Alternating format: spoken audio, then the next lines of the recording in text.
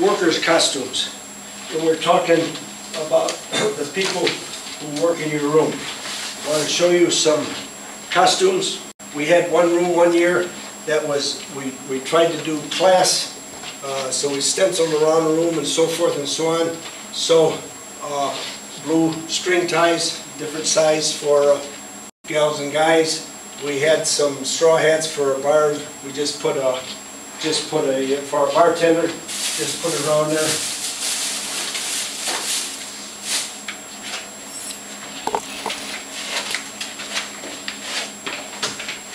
The rest of us wore this hat, bow in the back for the gals. Now another room we did was more of a New Orleans theme. So same scenario, different cloth.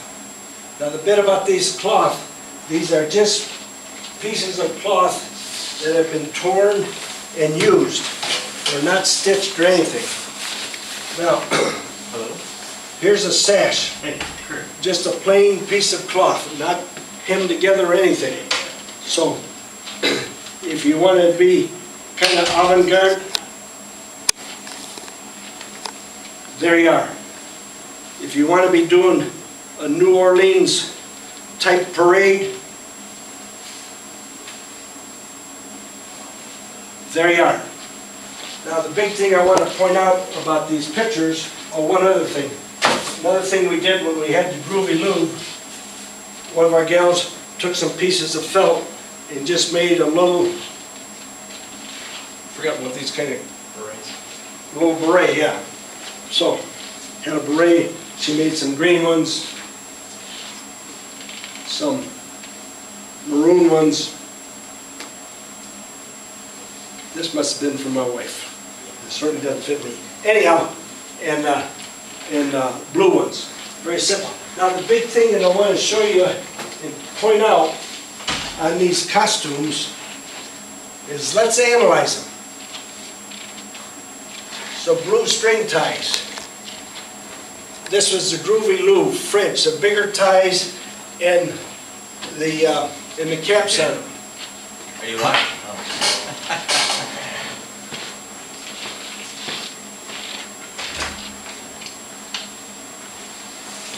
So, the string ties, and then for the Groovy Lubes, the bigger ties, bigger string ties, but a little bit more left bankish, if you will. The hat's more left bankish. But what is the costume? The costume is a white shirt and dark trousers. That's all it is. White shirt, dark trousers, a couple things that makes it look different. Costumes can be that simple. Now, what some rooms do, have done in the last few years, is they've worn t-shirts.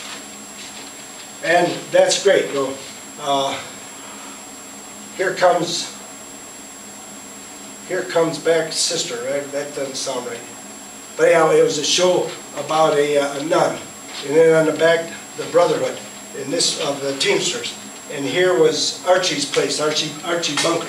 Now, this thing cannot be done, advertisement cannot be done without permission of the General Chair Couple. Advertising has a value. And if you say, well, they've done a lot for me and I'll just pay for it myself, that misses the point. What happens then is every other room sponsor can say, how come my people didn't have a t-shirt with my name on it? So it has to be cleared by the General Chair Couple, and they would decide what the value is. Now, so I asked the General Chair Couple at that time, where are these things coming from? Who's paying for them?